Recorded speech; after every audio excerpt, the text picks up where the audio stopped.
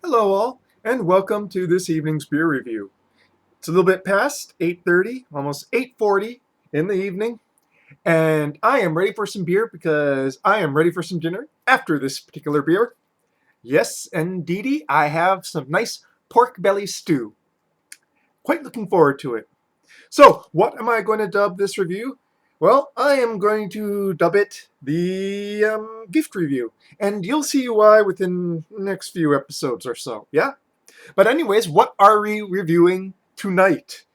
Well, remember our last episode? Should I even call these episodes since I don't number them? I don't know. But if you remember last time we talked, I remember said that I only had one beer, and this is the beer that I meant to pick up last week that I just totally blanked on and just grabbed from the shelf and ran to the line so I could get into line before more people got into line so I could get to the post office. But this was supposed to be reviewed last week. I'm going to be reviewing it this week. And this is the Flying IPA by Echigo. Again,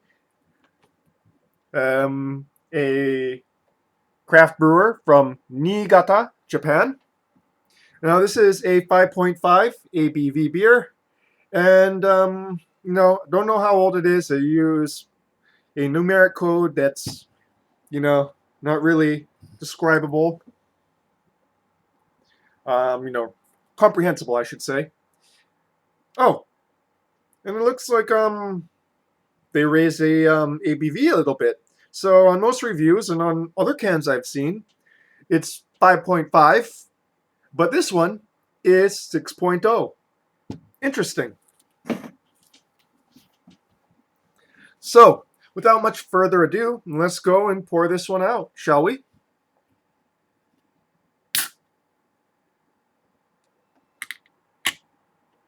Huh. Mildly gassy opening there. Though that might just be because of the fact it was in my travel cooler on the way home.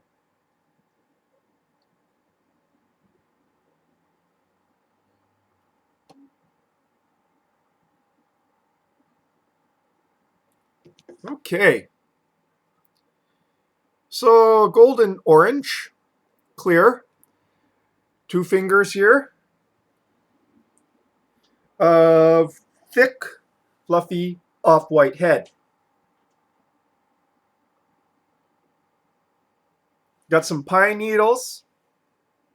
Got some orange citrus zest. And underneath that, bready to biscuity malts. Very much a classic IPA smell that you don't smell too often anymore, since it seems like hazies and tropicals have kind of taken over the IPA space, as it were. But yeah, very classic West Coast IPA smell there. Maybe some old world aspects too. Not so much to the hopping, but to the malting, in that the malt is a bit more apparent um, through the hops than usual, but that also might be due to age rather than, going for a more old world style profile. Like I said, I don't know what the age of this particular beer is. But looking forward to having it on my palate. And let's do that now, shall we? We shall. Okay, onto the palate.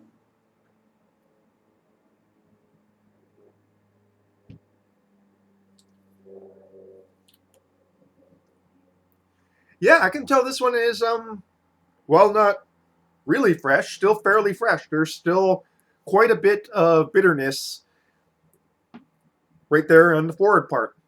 So, hop forward. Hop bitterness in the forward. Hop forward bitterness. How many times do I have to say this before I get it right?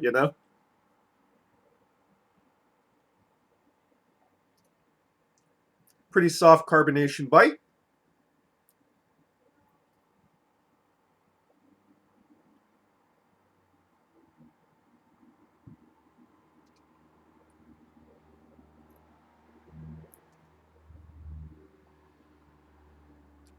Hop bitterness is mostly defined by a somewhat tannic pine needle aspect, pine resin aspect. that begins in the front and slowly rises into the finish and then declines in the long finish. Again, somewhat tannic, somewhat drying on the palate.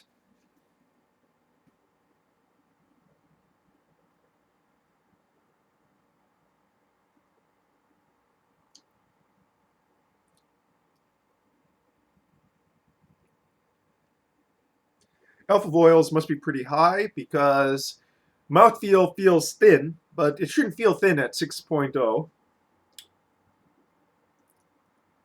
And despite the fact that I can smell the malts, there is very little malt sweetness apparent on the palate at all.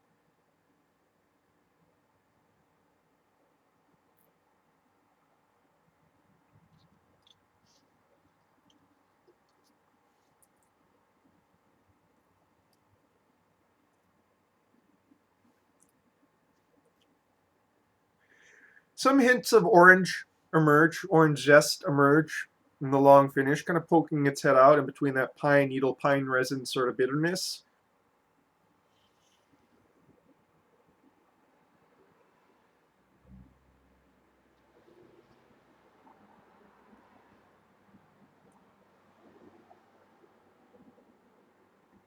And oddly enough, the top note, Effervescent Top Note, is a bit more malty than the regular nosing. Kind of interesting how much the malt shows up in the nosing here, but very little on the palate. Very dry, very bitter.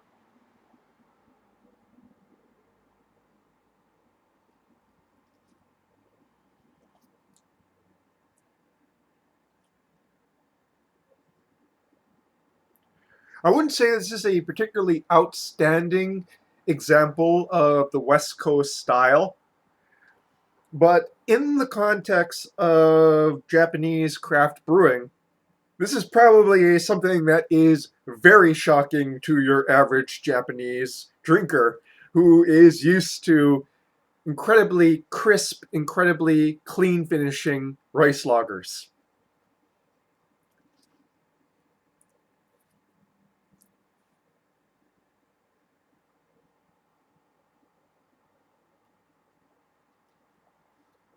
I would have preferred a bit more notes here and there.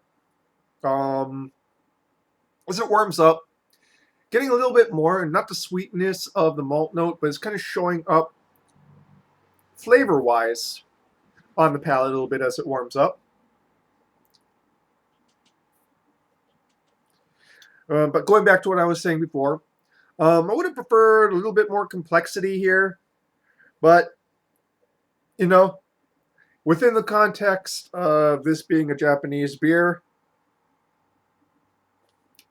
this is probably shocking to your average Japanese drinker if they do try it.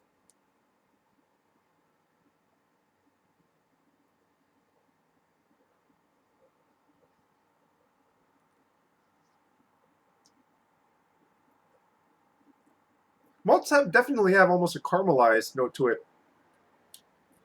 Not in the sense of sweetened caramel, but just that sort of Maillard reaction kind of taste to it.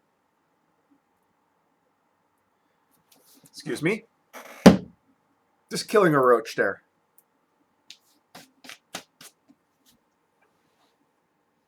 Yeah, these are really professional reviews, as you can see. But anyways, kind of run out of things to say about this beer.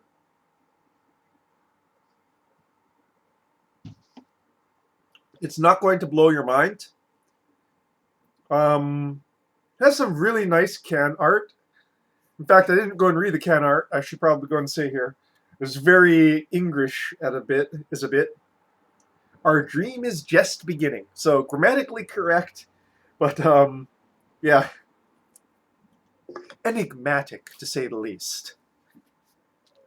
So again, going back to this beer, nothing really, as an example of the style, nothing really stands out. There's nothing offensive about it. Nothing really stands out, though. It is probably shocking to your average Japanese drinker. If you like West Coast style IPAs, classic West Coast style IPAs, give it a shot. If that's not your bag, and honestly, I'm drinking this to review it. It's not something I seek out. Um, you know, IPAs in general, but I feel compelled to review every beer that I kind of come across by its own standard. If West Coast IPAs are your jam and you're in Japan, give this one a shot. Yeah. So, folks, that is your beer review for this evening. Cheers.